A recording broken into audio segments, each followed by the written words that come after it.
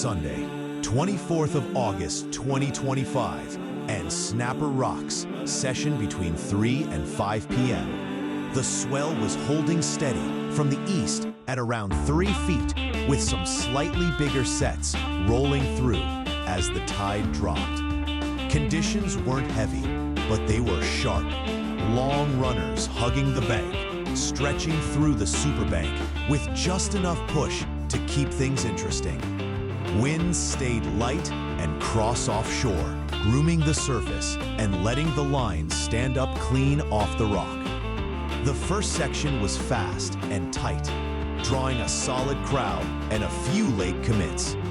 Down the line, the walls opened up, plenty of space for drawn-out turns, some fast rail transitions, and the odd sections standing up just right for a sneaky tube.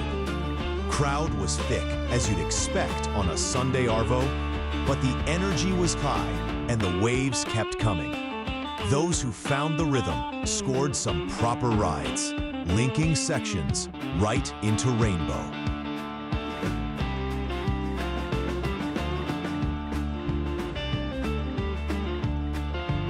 Air temps hovered around 18 degrees, with the water sitting at a consistent 21, offering prime conditions for high-output surfing. As the afternoon session pushed on, the light dropped low and the bank lit up. Had a classic Superbank moment. Longboarder drops in, shortboarder gives a quick shove to clear some space. No punches, just pride on the line. Welcome to Snapper.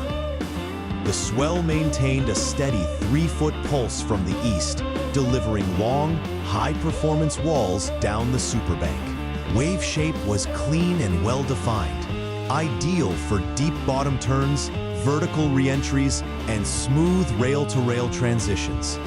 Surfers who stayed tight in the pocket and managed their speed through the flats were able to link multiple maneuvers with power and control.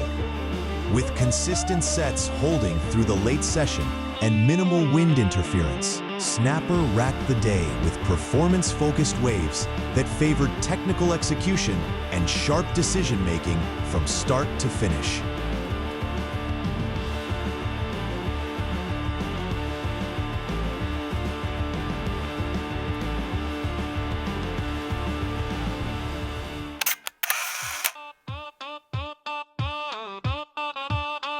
Moved down to Rainbow Bay to get a different angle on the session, and the change in tempo was obvious. The energy off the rock had started to back off a bit, but the walls down here were still running with decent length. You could see the surfers adjusting, less about hitting sections vertically, more about linking maneuvers with clean rail work. That inside stretch started to show some definition as the tide dropped, offering a final section for a rebound hit or a fin throw. It wasn't as critical as the top of the bank, but the surfers who stayed tight to the pocket were still getting plenty done. From this zone, you really got a feel for who had control over their speed and who was just hanging on.